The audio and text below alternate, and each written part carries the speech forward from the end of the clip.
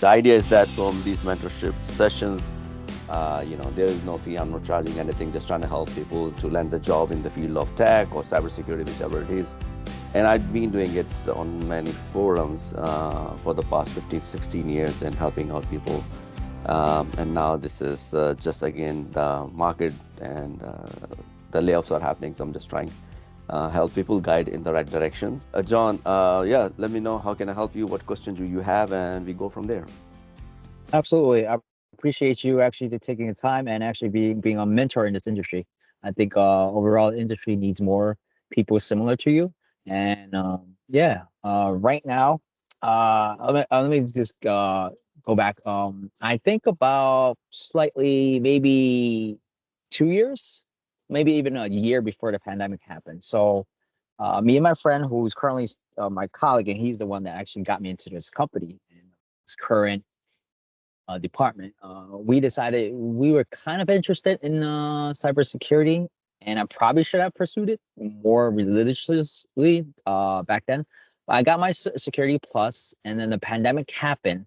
Last year, I decided, okay, I've heard about SANS for a while now, and they have this SANS undergrad certificate program. And unfortunately, I'm not part of the security department.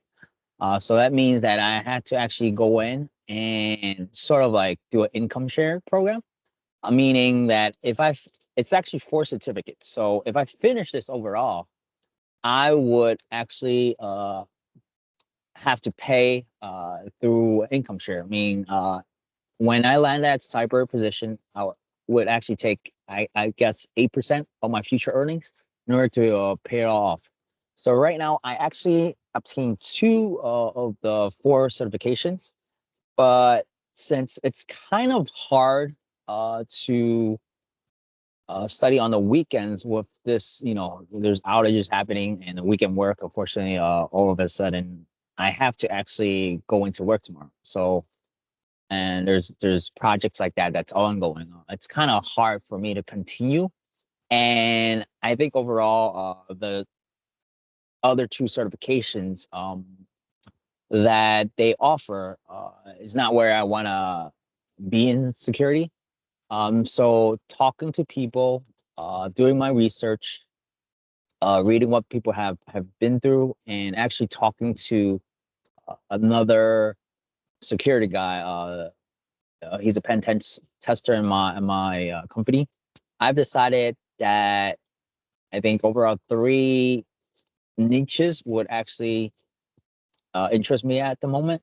I know that the on call and probably the weekend work, that's kind of burning me out. That's the reason overall I need to switch out of networking. So IAM, vulnerability management, and GRC are my interests. I recognize that I am doing my research. It's kind of hard for overall, like, there's not as much jobs overall as the other cybersecurity positions. It's more integrated, like as a security engineer or a cloud security engineer. GRC requires more, less technical stuff. You're basically just interviewing people, uh, meeting the requirements, and you have to write reports and you probably have to give a presentation. Vulnerability management, I'm a little unsure about that, but overall those are my interests at the moment. I think looking at the different things, there might not be like a set or a structure way of going about learning cloud security overall. I know that people preach about taking certifications from the 3 biggest cloud providers: Azure, AWS, and Google, to a lesser extent.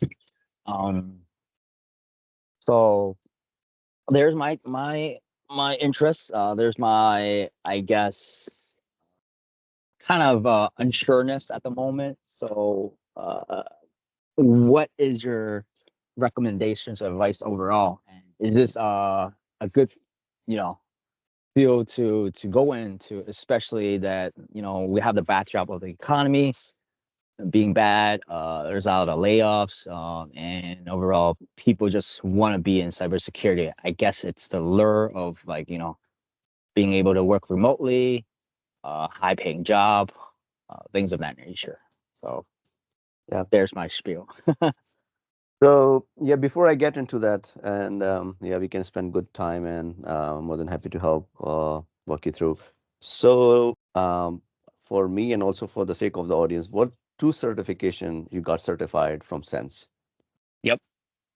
What are Uh, those? I got the GFAT, GFACT, which is basically, I think it's introduction to computers overall. Hmm. That's the first step.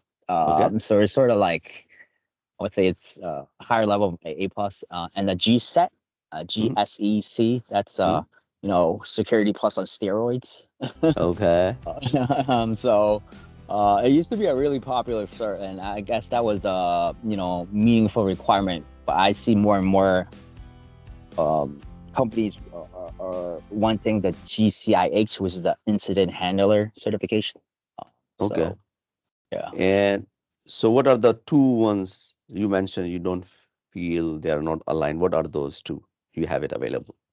Right now it's a GCIH, which is the next level. The Okay. the other one is the elective. I think you have a little bit more leeway. But out of the other concentration niches they have, it might actually have cloud security fundamental or cloud security, that goes into depth. I can actually send you a link later on. Yeah, that's fine. Foundation and fundamental. I get it. Yeah, Yeah, that's fine. So your or experience, we were even talking. Go ahead. I'm sorry. Or even the G pen, which is the pen testing Pen test. Okay. equivalent. Yeah. Okay. So you were telling me offline that you have actual 18 months of experience. So today you work as what? Network engineer? Networks What's your role? network systems specialist. So I'm Okay. more networking, but there are server stuff like Linux and Windows server stuff that I'm involved in, and some other security aspects like the Qualys or Guardicore that I kind Right. of touched on. But my main focus and concentration is networking. Networking. So walk me through a typical day or week in terms of what you do. Fix network switches, router, or something else. Yeah, every week is different, every day is different, but recently, let's say, I've been going through all the floors and replacing like the temperature sensors, that monitors like temperature swings, the humidity in the room. So I've been replacing that. Hmm. Another project I recently finished is basically replacing the Avocent, which basically is a serial connection device. Also has Ethernet that allows you to Hmm. remote onto the switches and routers. So that Okay. was another project. Typically, if I'm not doing projects like of that nature, I would be actually just configuring ports on behalf of other IT personnel. Let's say they have to install a server of some kind, and they Hmm. need a certain point that has certain Hmm. VLANs. And maybe I have to configure, if a person port is not working, I have to go in there and troubleshoot that issue. Right. Um, there are times that which I have done in the past, upgrading the routers and switches with my lead. So basically, it's a two-man team, and there's a senior engineering guy, and he's mainly the firewall uh, Right. expert. So Um, basically, your looks like 50-60% of the work is in data center. no, not the No? data center. Actually, yeah, it's all. We actually have two separate data centers, and we don't actually go on site to do stuff unless we request smart hands. A couple of weeks ago, we had to go to the data center because we're in the process of actually upgrading the software for that particular site of a data center. We're going to ACI, which No. requires completely new equipment. That was pretty pretty tough work. Not running the cable. It's more physical. Okay. And there was more software involved. But it was more of the ACI implementation guy talking to our senior network engineer, and they were the primary uh, gentlemen involved with that. It's not completely done. It's taking place in several stages. But troubleshooting, outages. Unfortunately, our outages occur quite frequently Hmm. with our man circuits or MPLS circuits, I and see. Yeah, our New York offices connect to those two data centers, and then we have to troubleshoot the other satellite offices. Like last weekend, our DC office actually went down, unfortunately, and one of the circuits came back up, but Verizon did not. So I basically was glued to my computer trying to get that circuit back online. That was a wasted weekend. Right. No, I see. Okay, so I get it. So, so first thing, you, the thing you do, you don't like doing it, correct? Um, it actually provided a background, and most people like suggest you should have a networking background to go into cybersecurity, which I kind of agree with. But yeah, overall, I don't like the weekend projects, the outages Right. that deal with it. Right. It's been burning me out. And Exactly. Yeah. I mean, yeah. So what I meant is that from the skills and from the learning perspective, you have your interest, but the nature of job, you ended up yeah, you kind of looking for a job with a much better growth and work-life balance. So that's one. exactly. And what is the second? Like, is there any other motivation for cybersecurity? What, or just the people who suggested you to think about security, or is there something else? Hey, I want to be doing this kind of stuff. I think back then it was kind of like, at first it was like, you hear about these hacker guys and you want to be part of that. But like, as time went on and you learn more, it's not just like, pen testing, cool guys. You want to be at the forefront of like, securing some a company, the data, things of that nature. So kind of interests me overall. And overall, I would say there's a lot of growth. You can move up and being flexible to work anywhere in the country around the world. That also is another key point that cybersecurity provides. Right. So. No, yeah. So yeah, just getting me an idea because those are the all discovery questions. I'd like to know a candidate, because it helps me because every individual is different, everyone's Hmm. motivation is different, and because Hmm. cybersecurity is huge. It's not like it used to be 20 years ago when I started, and Hmm. then you just put a Cisco SA firewall and you're good. Things have changed a Hmm. lot. There are a lot Right. of opportunity. One cannot even think because, in fact, I did a mentorship session yesterday and last week also. And the analogy to define cybersecurity, if you have somebody in your relatives, or if you go and visit somebody, hey, if you go to a doctor, right, there is general physician, and which Hmm. is your primary care, and Right. there are specialists, nephrologists, cardiologists, you name it, right? Right. Dentists, those are the categories. So same thing applies here in the field of information security.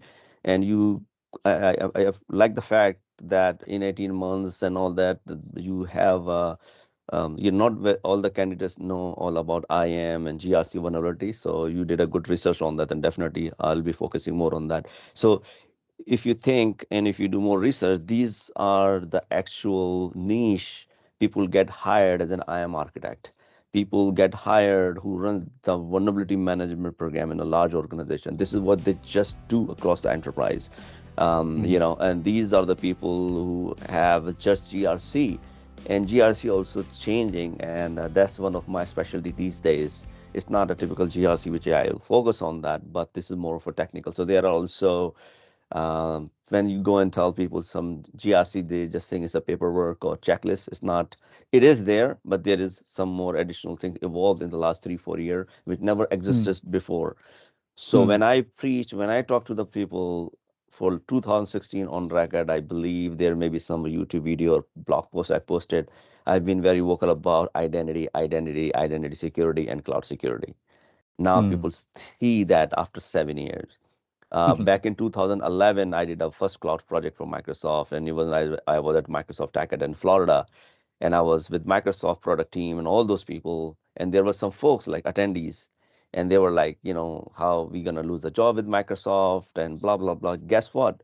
Cloud is more complex, more complicated, and producing more jobs.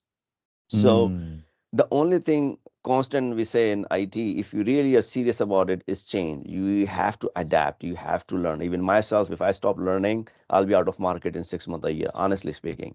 But Mm, I don't have to learn like somebody who's entering, right? I have to learn the whatever the changes or the delta. Okay, this is something new coming in. I need to be aware of that. So I was mm, good at looking at it from the future sided net because I know the IAM. So I used to do a lot of IAM stuff and Identity Federation back in like 2016. Nobody even know that time, and I was one of the lead architect for Big Four, and I led one of the very largest project for migrating to cloud for almost 100,000 people in the cloud, and I did oh, all that computational hardware, security, governance, you name it. Like, company don't want to put their data in the cloud where if they have to meet SOC 2 Type 2 compliance or regulatory environment, right? Even mhm, exists today. So that opens a whole Pandora's box. And you have to literally look into those.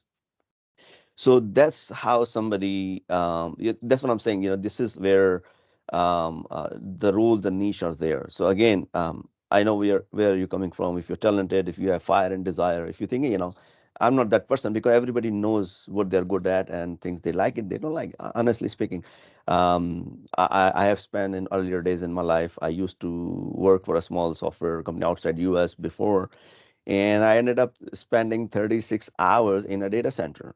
Okay, mm, that was good learning, but then there was a habit for them to bring me on the weekends, and it right, was for me coming back to US, and I was like, that doesn't sound right. right, right. And they guy, there is some time you want to learn, but at that time you were like, enough is enough, because there is no more to learn, because it's keep repeating the same thing. And that's the problem. If you're stuck in that in your career, that you got Uh-huh, to think, how am I going to grow?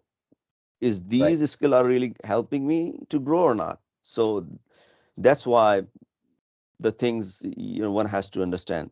And now switching back, when I tell people to move to the cloud security, because you can find a CCNA and Cisco certified person with 20 years of experience, but you would not find somebody with identity or application security experience for the last 20 years. There may be 5, 6 year experience, 7 years, because this is how the cloud started, 7 years. Mm, So hybrid and cloud introduce new threats.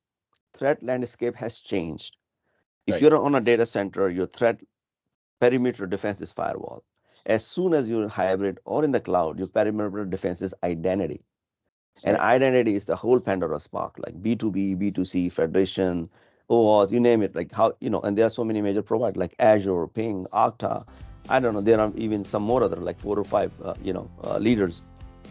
So this is one of the area, especially the specialties required. And, there are so many providers who provide those solutions. So Mm, that's one of the area one can think of. Hey, what do I need to list? And within identity, there are like I forget the thing, secrets manager for CyberArk, and there are. If you do the Gartner research, you'll find what those are. So that's the area itself. And um, I hope I'm not distracting or going sideways. So no, no, no, no. these are the one area, and this is where people get distracted and don't find the right information, because you have ton of information available on YouTube and Google, but Mhm, what's the direction you're going to take? That's the problem, right? You can find hundreds of tutorials, but there is no specific guideline. Hey, I want to get there, or even you want to get there, what those roles are, right? You right, don't right. want to be like, I see people still doing CCNA. I'm not against people doing CCNA, Mhm, but I tell them, learn new skills. See how your CCNA knowledge can apply to become a cloud network engineer. So if you're doing a CCNA, learning the subnetting, CIDR, and all those networking concepts, how far they can apply in Azure, AWS, and GCP, and then become a certification on network engineer within one of the cloud provider. So you have mm, to complement and support your typical legacy certification with the cloud. Cloud is the key. So if you go and work for a startup in New York City, and if they have a $1 million budget, a small startup, they would not go and host their services in a data center. They will spin up their whole infrastructure in AWS. And this is right. where the jobs are.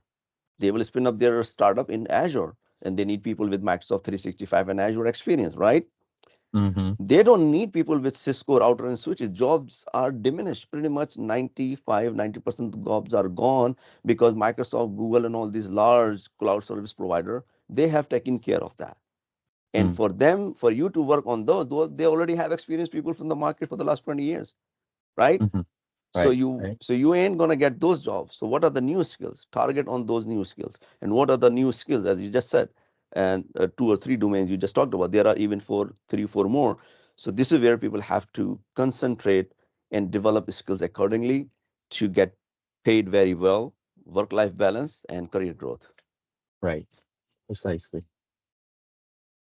So now I think your thinking might be question around, let's say, as you was talking about IAM, vulnerability, and GRC, right? Mm-hmm. So we already Right. talked a little bit about IAM, but do you have any question for me before I proceed to the next topic? Um, I mean, I guess breaking overall, you probably will speak about it. Breaking into IAM as an entry level, you know, it's hard to actually get, the vendor certifications. You either have to be a company that has a contract with them, or they will cost a lot of money. I see Microsoft has one of the IAM certifications. Right. What are your thoughts on the Microsoft certification overall, and what can I do to basically get a grasp Mhm. on the IAM space and to get a grasp on the cloud overall? I'm actually Right. doing that AZ 900 as we Yeah. speak. Yeah. So AZ 900 is fundamental, right? That's definitely not going to land you a job, but it's a must have. Whether you get certified or not, that's a different thing. But for anyone to start with, start 900 series of AZ, 900 series of M365, which will Mm, give you the fundamental like availability zone, what is bring your own encryption, basic one liner, all this concept. So it kind of give you how the Azure cloud works, what are the different regions, because you need to know if you work in, let's say if you work in New York City, which you are, if you work for a law firm, if they have a branch in Germany, this is where the availability zone and data residency zone will come into the concept. So Microsoft call it availability zone. I think AWS has a different name, but the same concept. So all these core provider has their regions, and this is where the concept of the region exists. So if you go through AZ 900, so this is where the experience matter. You will just learn the availability zone, but what and how they are applicable, right? That's mm-hmm, where what's the business case? Why a company would need data to be in Germany, but it's a US based company. So this is where you get to the architect level by learning and working with in different projects, and you get exposure. And I was lucky enough; I worked one of the largest big four, and as I said, that enterprise project, and I get to work outside IT with legal people, privacy, general counsel, and a lawyer. So this is where I kind of learned it on the job, right? mm-hmm, But you read in this book, which is good because study and knowledge is very important, and that really help you when you get into those projects because you kind of make sense. Okay, this is where this technology is going to apply. So going back to your question, how do you get into that? Again, what you're doing is right. Is AZ 900, MS 365 900. They also have in security. Azure do have SC 900, Security Compliance 900, basic fundamentals. right. If you have money, do the certification, but that's not mandatory. However, there is a certification path in Azure called Cybersecurity Architect. Look at those, what certification are. Maybe if I can pull it up, I don't know. Give me a second. Azure Cybersecurity Architect. There's a Uh, security architect SC 100. yes, this is what they're saying, I guess.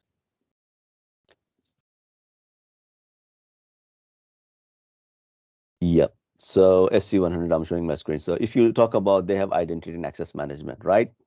Mm-hmm. Um, you have experience implementing. So identity and access management, basically, you need to understand how the Azure Active Directory works, right? So you set up a tenant for 30 days free of cost, create some identities, learn about it.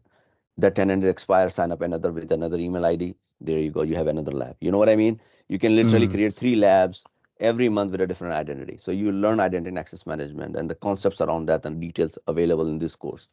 You got to learn platform protection. How would you protect your blob storage? How would you protect your other type of storage, right? Because there was a time when Amazon, like AWS and Microsoft, I don't remember, used to be anonymous by default. Now they don't do it anymore. They're locked down. But again, there are different resources available in those environments. You need to learn that. Security operation. What is security operation? Day-to-day operation, right? Incident management, alert, and all these things happen. And Hmm. Microsoft Defender is a big one. Microsoft is selling a lot. So you need to understand, I'm sure, in the security operation, they want you to learn about Defender and what are the different capabilities available in Azure. Data Hmm. security is important, right? You put a data in OneDrive or Azure storage, your data is in the cloud, but how are you going to secure? And then maybe I think encryption keys are along those lines. Then application security and hybrid and multi. So I don't know what's the depth. I have not taken exam myself, right? But this is what I'm saying from my experience. This is the expectation.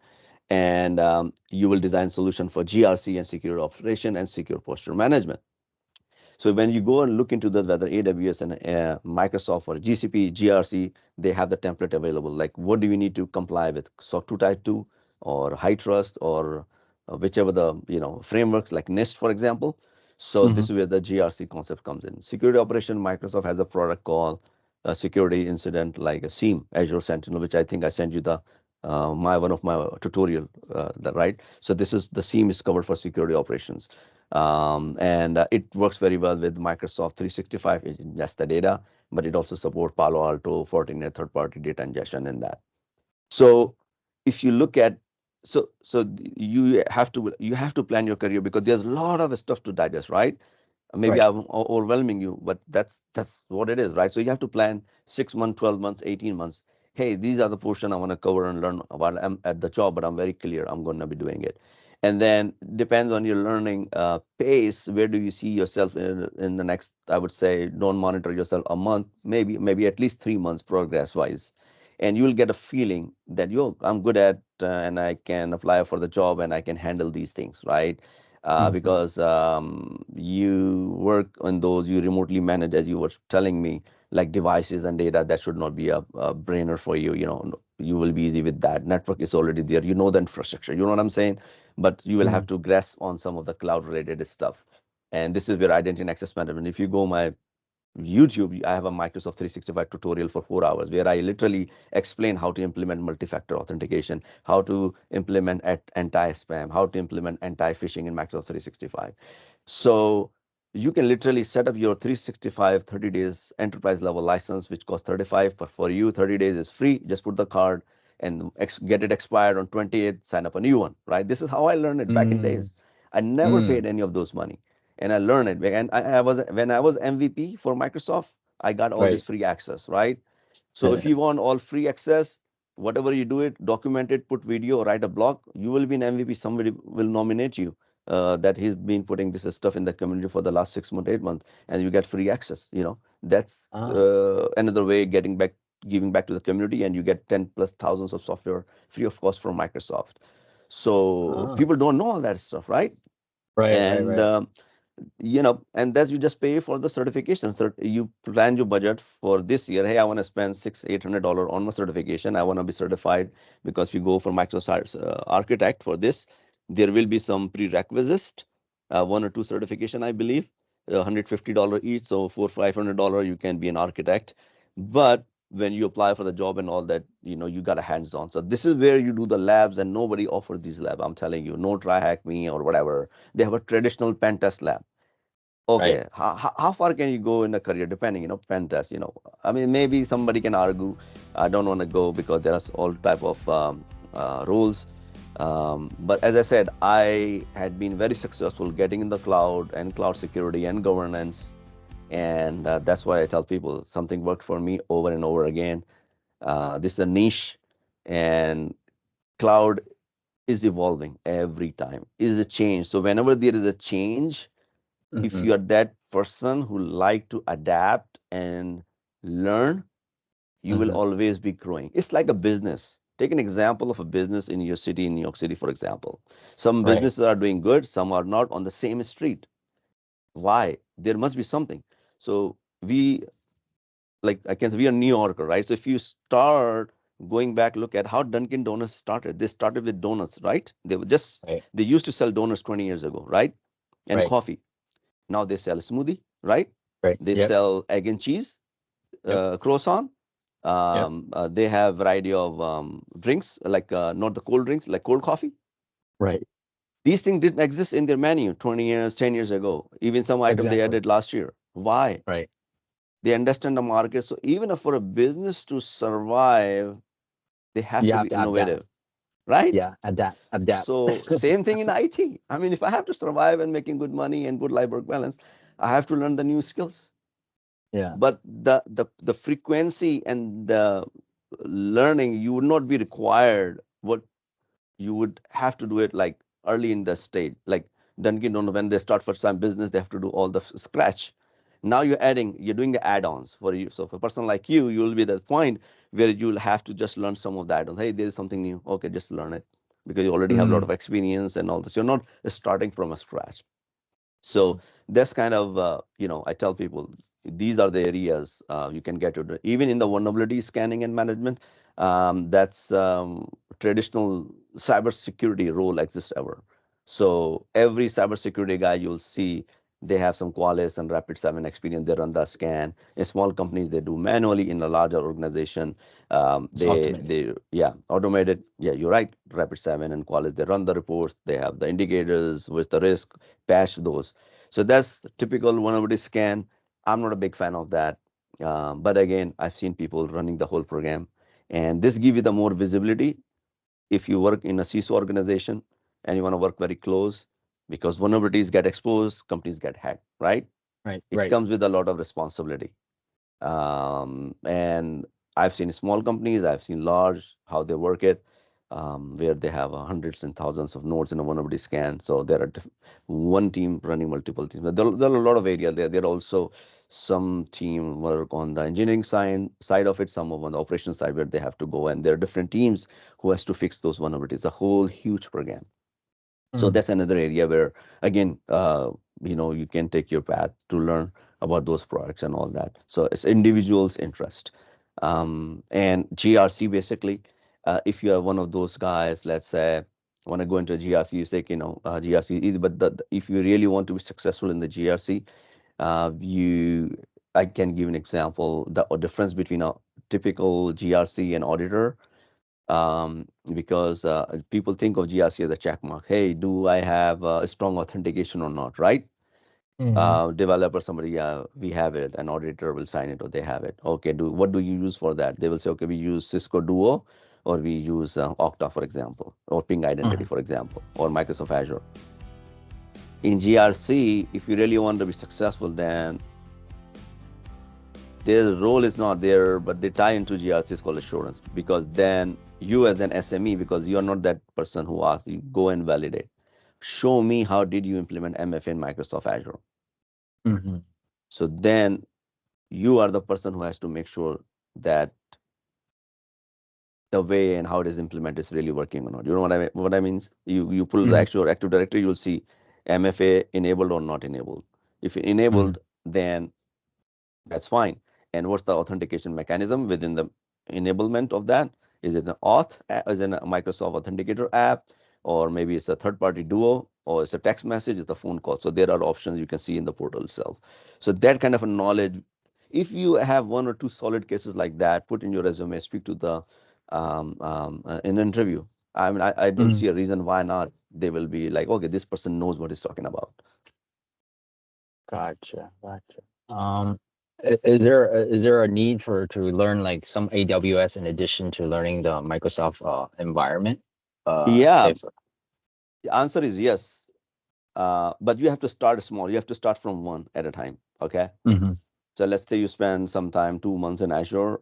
Then, of course, like if you want to learn identity and access management and multi-factor to implement in Azure, then learn in AWS. It's easy. It's not rocket science. Pretty much the concepts are same. And why it's better to learn? You cannot be an expert in both. At some time you will, like 3 years, 4 years, depending how much time you spend. Like like a blob storage versus what you call in AWS, Elastic. No, no, EC2? Yeah, EC2 is their VM. They call it bucket, I guess. Right, There is one more. Yeah, forgetting. So basically, the idea is same. The name is different. So right. yes, that why you need to learn more than one cloud is always better, because every organization has, if it's a email, their system is running on Microsoft 365 for sure for 90% of the commercial business. I'm not talking about non-profit hospital or maybe the school and colleges, but in New Hmm. York City, if you go on the street on Wall Street, everyone is Microsoft Exchange and 365 for sure. They run Azure, but at the same time, they are running AWS for databases, for cluster, for Kubernetes, right? Mm. So this is where you need to learn from the security perspective what security tools they have, guardrails, guard duty, audit trails in AWS. You need to have a good familiarity how these things work. So if you combine them and learn it, then you're good for the next 3 months. There's a lot of learning I give it to you. It's going to take 6 months to learn and grasp all that knowledge. Um, okay. Thank you for that. I do have a question about like what title should I actually go for as a more junior guy, as far as like the cloud security or IAM. What what are the titles do I want to Yeah, so take? given the fact that you have 18 months or so, you want to discard anything which is SOC analyst kind of role, right? Hmm. You may want to look at security engineer and then look at what experience do they required. If you have Hmm. 18 months, then you should be okay with 3 years of experience or 4 year experience. Don't get confused with that. If it's your 18 months experience and they require 4 years, go for it. Okay. Oh, okay, Yeah, yeah, gotcha. yeah, yeah. Because there's over, and you may not even match 100% of the requirement. If you match 60, 70%, you're good. Just apply and Mm, even add those, even, um, I don't know if something is done not directly, but when you read, you think, okay, I can do it, right? right, Then right. write it in your resume or attempt and I speak in the interview. Hey, I know how these things work. I don't do it every day, but I know things behind if you give me, so those are the things. So very transparent, but show your passion, show your a learner, show your interest, right? Hey, this is the reason I'm applying this. So I see a lot of potential. I've learned this thing. I want to apply. And I can see myself growing in this career. And you companies have that. You are in the cloud, and I love this, and and also learn about the company and ask them if they ask you a question. Don't ask a couple of those questions. What is the role is new or not? What is the expectation from this role in the one week or 3 months, 6 months? How this role, are you bringing more people? Just open-ended questions. Mm, And mm, also ask the company about the cloud platform they have, AWS and Azure. It doesn't hurt. Hey, can I ask you a question? Why did you decide to go with Microsoft Azure or AWS? Was there any reason? I'm just trying to learn. I mean, so these kind of thing, open-ended question also help. So always do ask some question on the interview. um, yeah. So as I said, as a going back to your question, yeah, learn more than one cloud. One cloud you know very well. In AWS, you don't have to have the same depth as you're starting, right? mm-hmm, But learn mm-hmm, good enough. What are the technologies there? What are the tools there? So at least be able to speak to that. You have a familiarity about this tool. Just mm. don't go blank. Yeah. Gotcha, gotcha. I do see like there's a lot more contract roles, and I guess I want more stability. How can I go about and dive into full-time roles? It's Yeah. tricky. I used to do contracting myself, and it's not bad if you have good, if you get a good hourly rate, right? With the contract. So first thing, if from the role you have full time, if you have another job, and then if you get a contracting, for example, right? Right. And if you think with that contracting, you have your ideal role, Mm-hmm. and you could be not an we are not talking about any entry level because you already have past 2 years of experience, let's say. So you're applying for a security engineer role, mid level, mid junior, not a, yeah, along those lines where you will, and it's a contracting role even for 6 months. I would do it because you know Mm, what? This aligns directly with my future career. mm-hmm. And then from that contracting, you can easily look for full time and go for Mm-hmm. another I know so many of my folks, they still do contracting. They have 1 year contract, 6 months, 2 years, depending. And they just do it. So end of the day, we live in New York, right? Life is Right. very expensive here, Right. cost of living. So sometimes contracted role really pay you well. So also Uh, think from that side. The only negative side of contracting is not PTO and those kind of benefits are not there medical. So those are the I say is a um, cons. But from the positive side of it, if it's aligned with your career, go for it. But at the same time, if you have same contracting job, same full-time job, and then you have to work on the numbers. Maybe we'll do some separate session on that if that happens. How a contracting role compared to the W-2 in terms of number, then you have to do the pricing and slicing on that, especially living in the uh, tri-state area or New York, New Jersey, not even the Philly, but New York, New Jersey is very expensive. So I have done all that in my life, contracting, full time, you name it. So again, if the role matches your future career growth, uh-huh. whether it's contracting or WTO, regardless, go for it. Because Mm, employer is end of the day looking at your skill set, and you will right. have a reason why did you do the contracting, whether 6 month. Tell them this is the scenario I wanted to do it, and that's the Hmm. best option I had. Now I'm going for full time. I did the 6 month, and they will understand because that's how this. And then you in 6 months you have proven your skills, right? Right. So they are bringing on full time. They know that this guy has done already this work in the market. That's what important is because this is where the experience matters. Mm, thank you. I learned a lot. Um, can I ask another question? Yeah, go ahead. Okay. I'm actually really considering like relocating somewhere else. I guess. Do you feel that other than I guess San Francisco, New York, tri-state area, or even Austin, are there Yeah. actually smaller cities that have enough jobs that I might actually just want to look into? Because I kind of feel like I might actually thrive in a smaller environment, so to speak. So that's the personal question plus a different question. It depends if you are married, you have kids or not. That's another thing. Not Are you right now, saying? but Okay. yes, eventually, hopefully. But Yeah. right now, So I'm single. do you mind sharing your age or age range? I am 39. I just turned 39. 39. Yeah. Okay. So I also think the same, but I have kids and family. So, we have the best education system here. Hmm. But you are not there yet because you will have times, and hopefully of course you know I want everyone to wish a good wish for the future. So if I were single in this position, definitely I would look for remote position.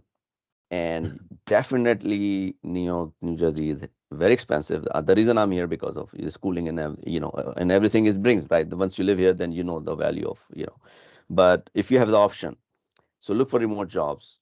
So I tell you a Hmm. very high level, very made up scenario, No and then worries. you go and research. And I'll go with not crazy salaries, average salaries. And I've learned something even on Discord and Reddit by looking at. I was surprised. So let's say somebody's making 100K in New York City, Hmm. and someone makes 100K in Oklahoma or Ohio Hmm. for the same remote job. I can, if you do the math, you can literally be saving 30% easily in the rent, cost of living, and all that. But there are, of course, it will not bring the same vibe as New York City. You know what I mean, or New York, New Right. Jersey. But your Right. goal is to become financially stronger. Mm. So you won't be paying more rent, for example. Again, but even if you have, like in New York City, people say, okay, we don't buy car and all that, insurance very high. But in those city, insurance is not high.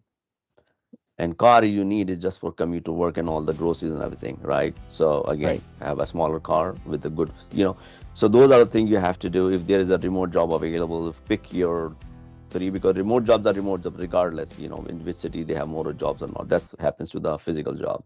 So that's one of Mhm. those things where you have to consider when you're doing the job hunting. Then you realize, okay, if this job is in Utah, Salt Lake City, what's the cost of living there, how much is the rent there. So you have to do some homework before. If I need to have a one bedroom apartment and a studio, then how much is it going to cost me, what is the tax on my salary, and what they are going to offer, right? So you have to Mm. do some Mm. of the comparison. And that's what I had been doing it, and I always do it. That's the nature I like to learn. what people make and how much they learn. Like if you see the salaries of people in San Francisco or Seattle, they're crazy salary. But the Right. Right. house we get for 600K these days or 700K in New York, New Jersey, right? As a decent house, Uh, same house would be 1.4 million in those California and San Francisco, even more. So even if they are making more salary, but they ended up paying more mortgage. You know what I right. mean? Right. So here the mortgage is let's say 5K, there will be the mortgage 10K. So what's the point of so it depends, right? Where you so that's another thing. And not necessarily all the time you'll get this much crazy money because I've seen people making equal money or even less money in the state of California as well. So and then I ask them, Mm, how do they even survive? It's very expensive there. right. So set up your goal and plan like for the next 3 years or 5 years, whichever the case is, and find out some a good tax advisor. Even I'm looking for somebody who's good at tax. Then they know their system and codes and everything. There's another thing, that can also help. And there are also, if you work for a full time, you have 401k and all those benefits. Again, there are companies in a large organization. If you apply, they may not give you the top dollars, but the benefits are there. Mm, Like big four companies I used to work for, they are good at that. There are many companies like that. The banking industry also very regulated. They have mature practices. So I tell people if you work for a large organization, it's a whole different experience. And I used to work for a smaller shop as well. I worked for very small companies, mm. retail industries, large companies like in New York City. I used to work for Tory Burch before back in 2011. I My was a sister actually uh-huh. worked for them. Yeah, I was She a did. contractor there. Yeah, I was a contractor there. Oh Yep, wow. that was my first project back in 2011. That was my cloud churning. And this is what I was Ah. telling that I was in Florida after that event. I went to the Florida for Microsoft event. So that was the migration, and that was so I did deploy so many Microsoft Exchange Server back in days. So I was originally an email security guy. Mm, So email security, email encryption, Proofpoint, all those stuff. Good smaller company, but if you work for a smaller company like Microsoft, no managed service provider, small IT firm, man, they will make you like crazy because they're a smaller company. They want yeah. you to do everything. So you cannot focus on that. You just said before with the studies and everything. This Yeah. is where the studies you need to have a focus. So yeah, find what is best for you, what works best. As I said, opportunities are there. Their niche market is bad overall today. So have the job you have, just keep it up. Be very focused on your long-term goal, and you'll Mhm. get there. I appreciate that. I appreciate for all that advice. Is there an opportunity and last thing that we you can share this recording so I could just follow up on this? Yeah, I mean, I'll put on YouTube. You're fine with that, right? So we are not hiding your privacy. Only people know about myself. Yeah. Yeah. So, and in fact, I did, as I said, day before yesterday, same thing with this was a college kid from Oregon. So yeah, he didn't find with the video. I said I'm fine with that because my idea is that it's all genuine. People understand from different people and experience, and people have the same problem and same situation. They will learn from this recording. So yeah, Mhm. I mean, you don't have to show your face. There's a girl from last week. She's in one of the banks. She was fine with that. So as I said, regardless, even I tell people if you don't want me to record the session, Right. I'm not like I will change my way of giving back the knowledge to you. If you say, Adnan, I don't feel recording it, yeah, that's fine, man. I mean, it's okay. So Understood. I'll share it. And anything else before we hang up? We good? We're good for now, but if I anything, I'll reach out to you. Yeah, sure. Yeah, always we can schedule some time. And yeah, man, keep it up. As I said, the one thing I liked about it, you already talked to me when you speak IAM, GRC vulnerability. So yeah, look into those. For my personal guidance is that start with GRC and IAM. Just focus on these cloud stuff and look for some of the requirement for GRC. So I Right. would highly recommend it. If you do Google it, GRC, I think from Misaka, I'm sure. But if I find it, I'll send you. So take a look at that. It can be a good because those people with this technical skill also required in the GRC, as I said before. And keep applying, man. Okay. Will do. Thank you very much. I appreciate it. Yeah, man. Talk to you then. Will do. Take care. Yep. Yep. Bye bye.